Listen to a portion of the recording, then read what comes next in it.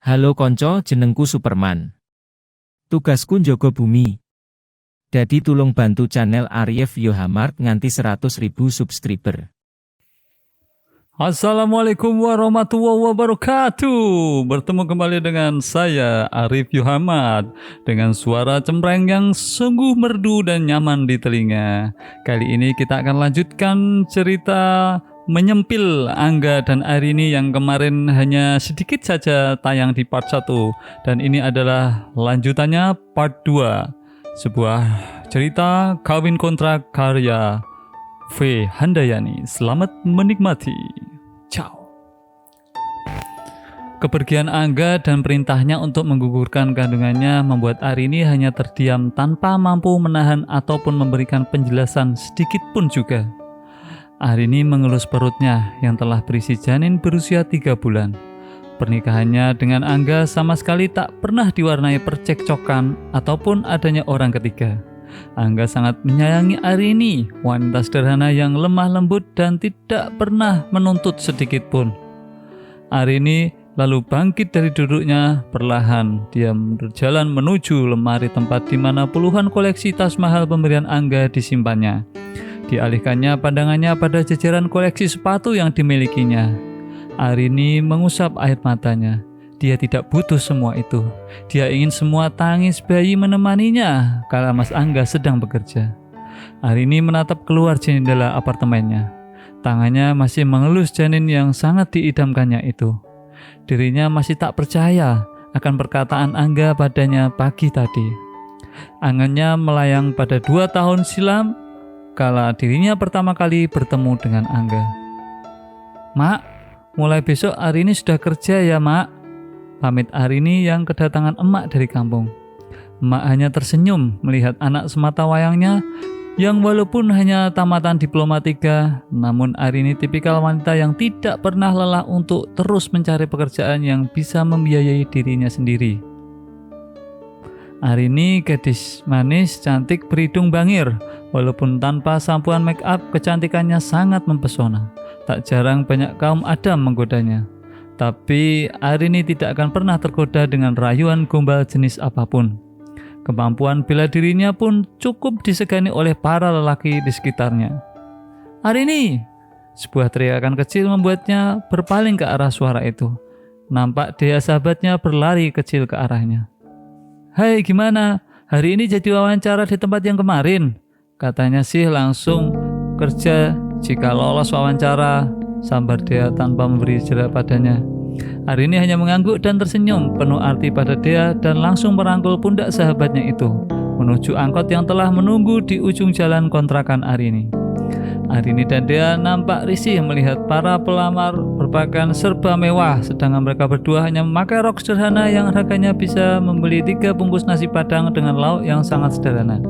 Baju putihnya pun bekas wisuda 4 bulan yang lalu. Arini menggenggam tangan Dea untuk menghilangkan rasa risih di hatinya.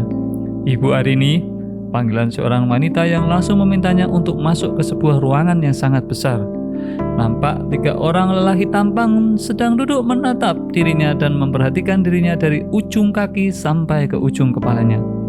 Salah seorang di antara mereka bahkan nampak tak berselera melihat penampilan Arini. "Silakan duduk Ibu Arini," kata lelaki tampan yang berkumis tipis yang duduk di tengah.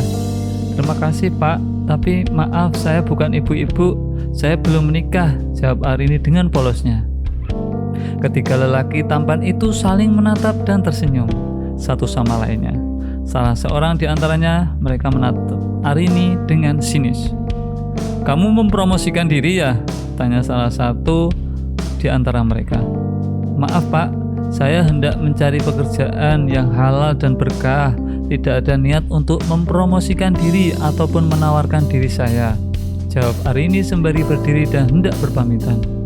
Ketiga lelaki di hadapan Arini nampak terkesiap mendengar jawaban Arini. Tidak biasanya seorang wanita akan berkata seperti itu jika melihat ketampanan dan kesuksesan mereka. Para wanita malah akan mencoba menarik perhatian mereka. Mau kemana? Duduk saja," kata lelaki yang di tengah, sebut saja namanya Pak Rama. Pak Rama lalu melihat berkas Arini.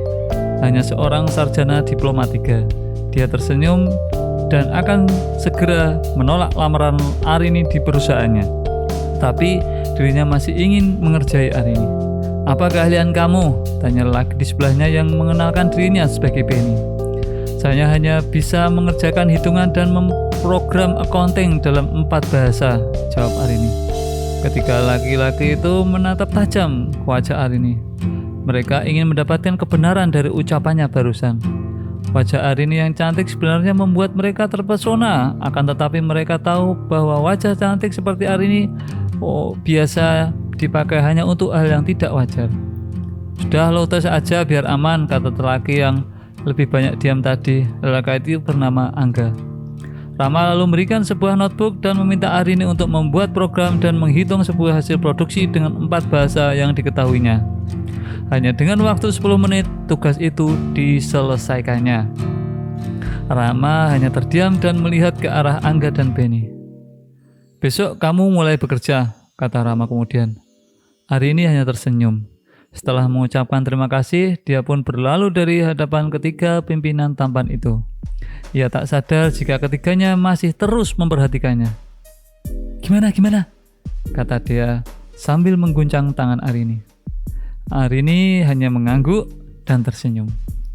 Dia pun bersorak tanpa peduli pada tukang parkir dan orang-orang yang lalu lalang di depan kantor di mana Arini mencoba mengadu nasib.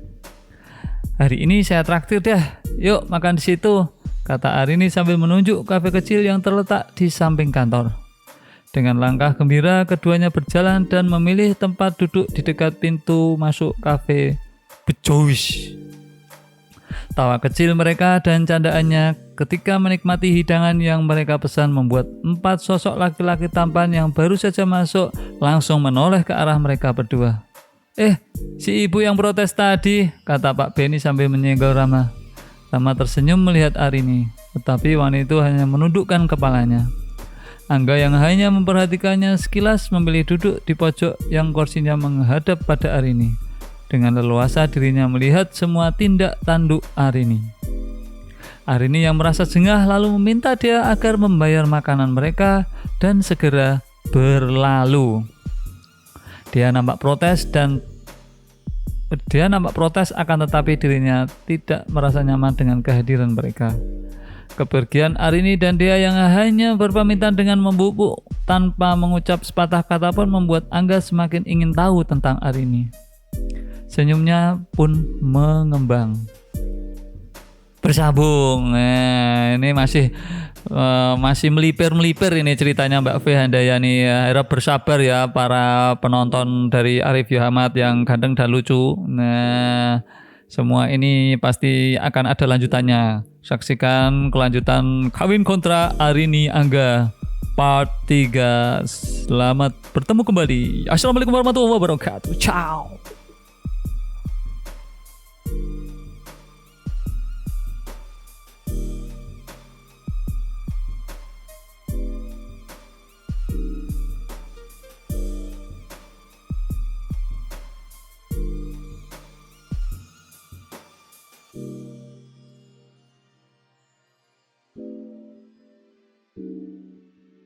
Jenengku Saitama. Aku bolone Arif Yohamart. Tugasku menyelamatkan bumi. Jadi, ojo lali subscribe channel iki yo. Pokoke jos dijamin aman.